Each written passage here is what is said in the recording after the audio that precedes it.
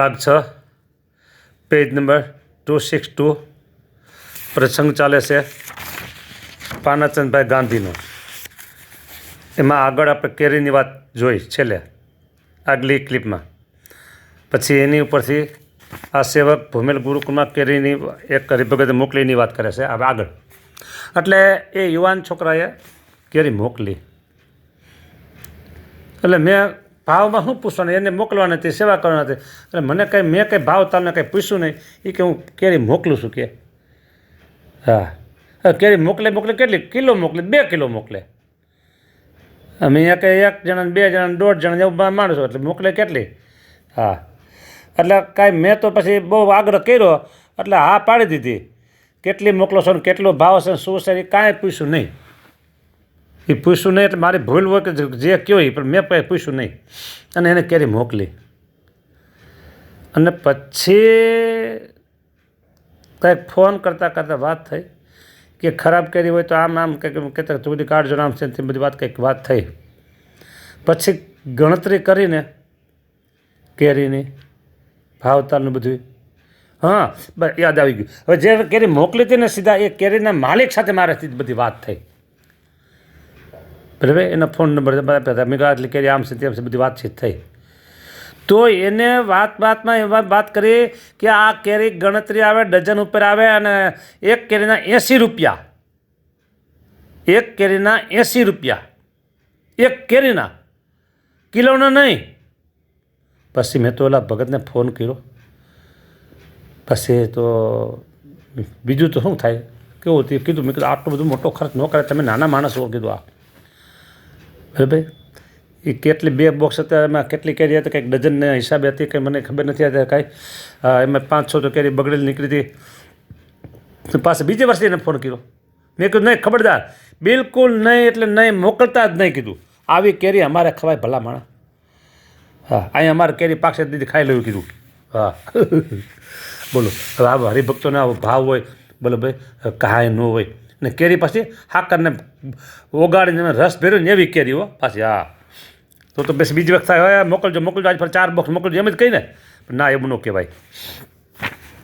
આ પાનાચંદ બાપાના જીવનમાંથી ઘણું બધું શીખવાનું છે. બધાએ ભગવાનને રાજી કરવા હોય ને એને બધા શીખવા જવું છે. ભગવાનને રાજી કરવા હોય તેમણે આ પાનાચંદ બાપાના જીવનમાંથી ઘણું બધું શીખવાનું મળે એવું છે. ગાંધી બંધુઓના બંગલામાં જાતની રસોઈ થતી હોય, ઠાકોરજીને 56 ભોગ જેવા થાળ ધરાવાતા હોય, પરંતુ પાનાચંદ બાપાનું મન ક્યારેય એમાં લોભાતું નહીં. શાસ્ત્રમાં લખ્યું છે કે વિકાર હેતુ સતી વિક્રાંતે એશામ ન શૈતાનસિત એવ ધીરાહ. વિકાર ઉપજાવનાર પરિબળોની વચ્ચે પણ જેમનું મન વિકાર પામતું નથી એ ધીરજવાન પુરુષ છે. પાનાચંદ બાપા એવા જ ધીર પુરુષ હતા. વિકાર થાય એવા સંજોગોમાં પણ ઓહો. હમણાં આ 30 તારીખે સ્મૃતિ મહોત્સવ એજીવીપી સારોડી પુરાણી સ્વામીના સ્મૃતિ મહોત્સવમાં ગયા હતા. અને ત્યાં તો જનરલ બધું રસોડું હોય. અહીંયા તો આપણે જે બનાવવું એ બનાવીએ થાળમાં. અને ત્યાં તો બધું હતું. એટલે મને બધા મને કહે આ બાજુ મેં કીધું હું તો ફરાળ કરું છું કીધું. તો મારે કઈ બાજુ બેસવાનું? મને કહેજો અહીંયા બેસી જાઓ. મેં કીધું ફરાળ પણ એ કે હા.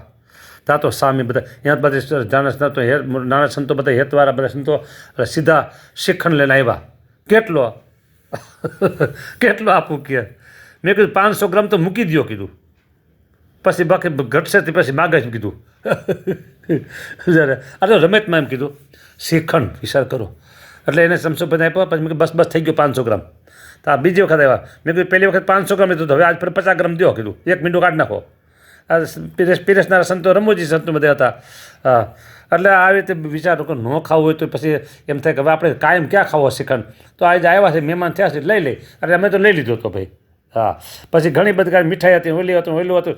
મેં તો આડો હાથ રાખી દીધો. એક શાક ને મોરિયાની ખીચડી લીધી. હા પછી એ કે આ ઓલું છે તો આવડી બીજા એક સામે આવે પીરસવાળા. એ કે બોલતા નહીં કાંઈ. મને કે આ આપો. પણ બધું અરે ભાઈ સાહેબ દેવા દો કીધું. આ તો બકરી ઉપર તોપ મક્કા જવું આવતું છે બધું. બધા નામ ન લેવા શું વાનગી હતી બધી. હવે કેટલી બધી વાનગી હતી ફરાળમાં. હા એટલે અમે તો પછી શું છે પછી મન મોડું ને ઢીલા પડી ગયા અને એનો સ્વાગત બધું સ્વીકાર્યું. અમે તો પછી બરાબર.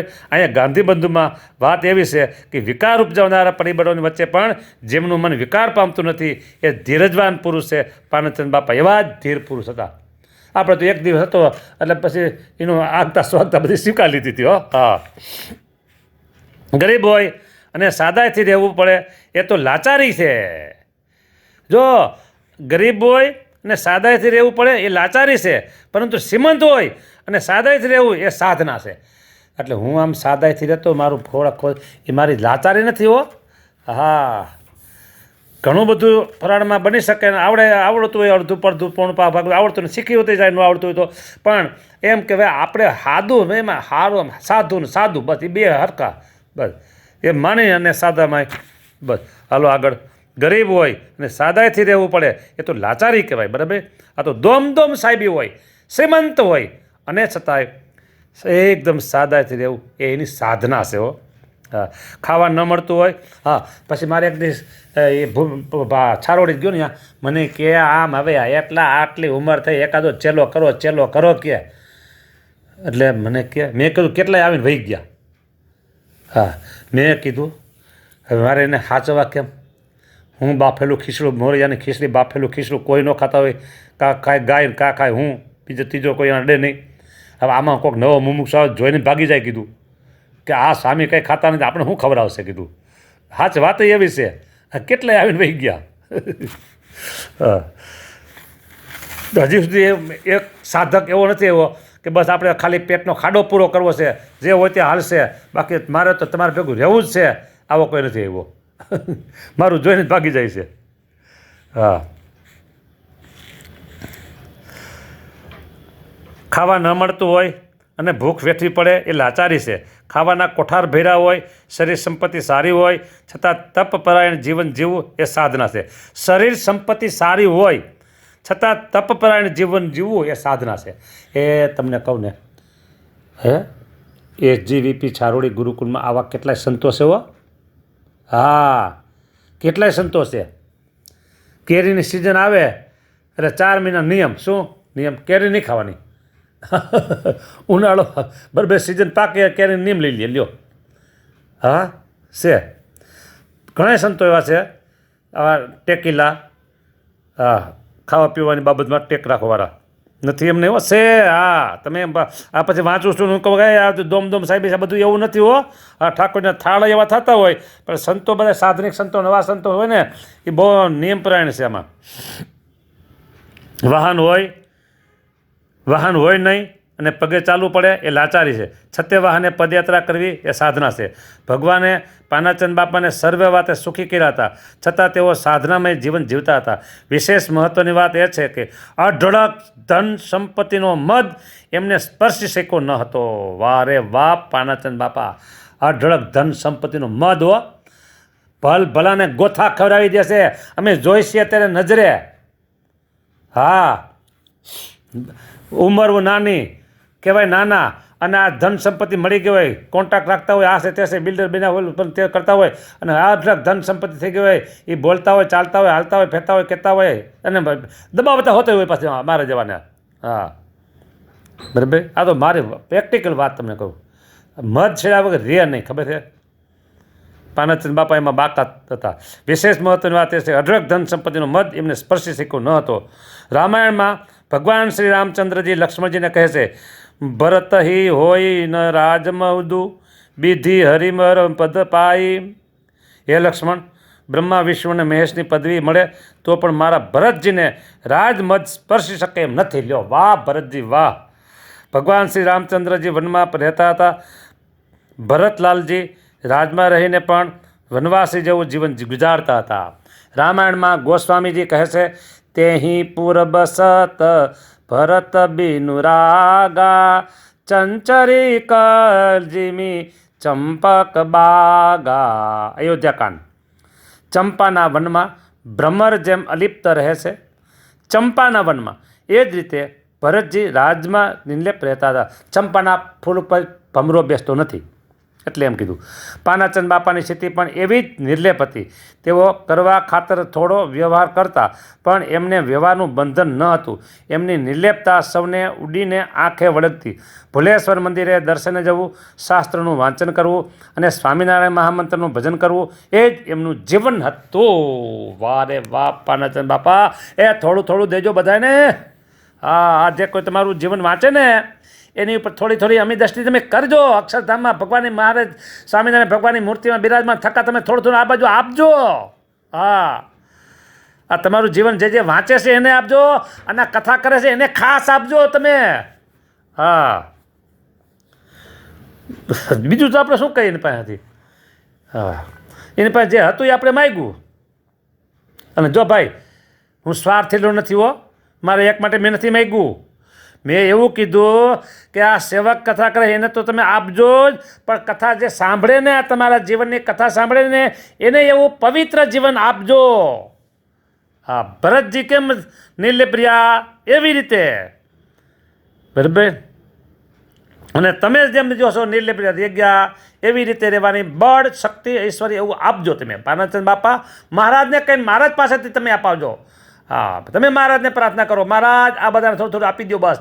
મહારાજ જેવું કંઈ અમને આખું ન આપો તો કાંઈ 25% આપો તો ઘણું. અમે સંતોષી માણસ છીએ. અમે સંતોષી બ્રાહ્મણ છીએ. હા, કોને કહીશી આ વાત?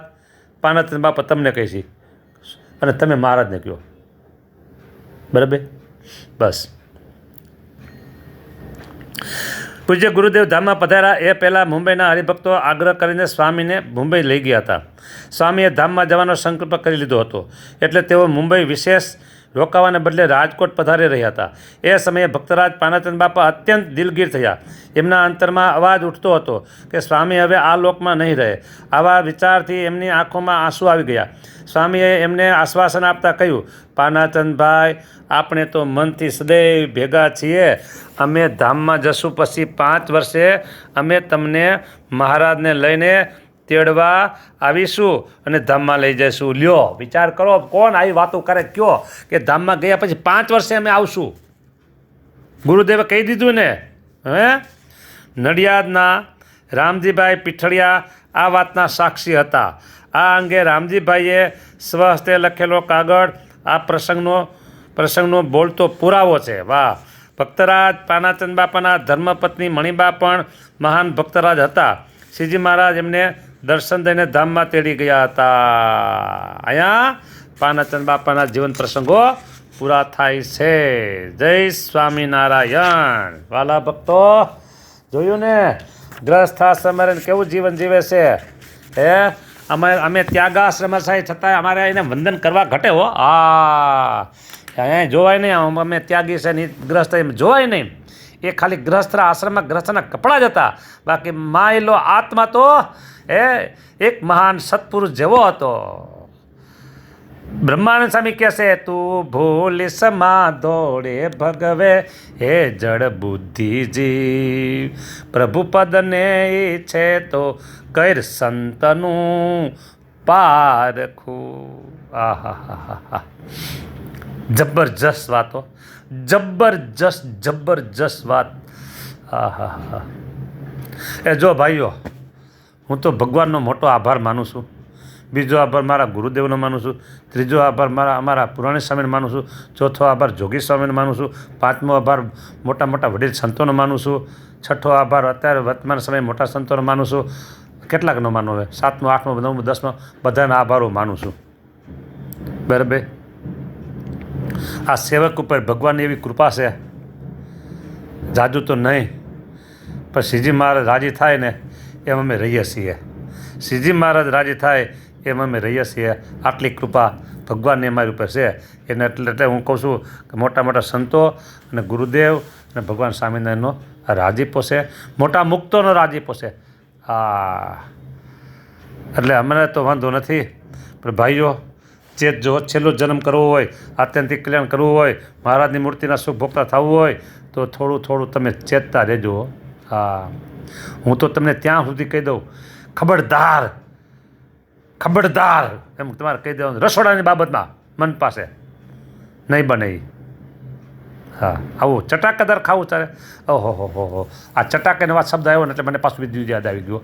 અત્યારના જુવાન છોકરાઓ ઓહો ટીનેજર અને એથી મોટા બાપરે બાપ. હે ભગવાન આ છોકરાને તમે ઉગારજો મહારાજ. તમારા આશરણે જે આવ્યો ને મારા પ્રભુ એની ઉપર તમે મીઠી નજર રાખજો મહારાજ. આટલું થોડુંક પરોપકાર માટે માગું તમારા પાસે.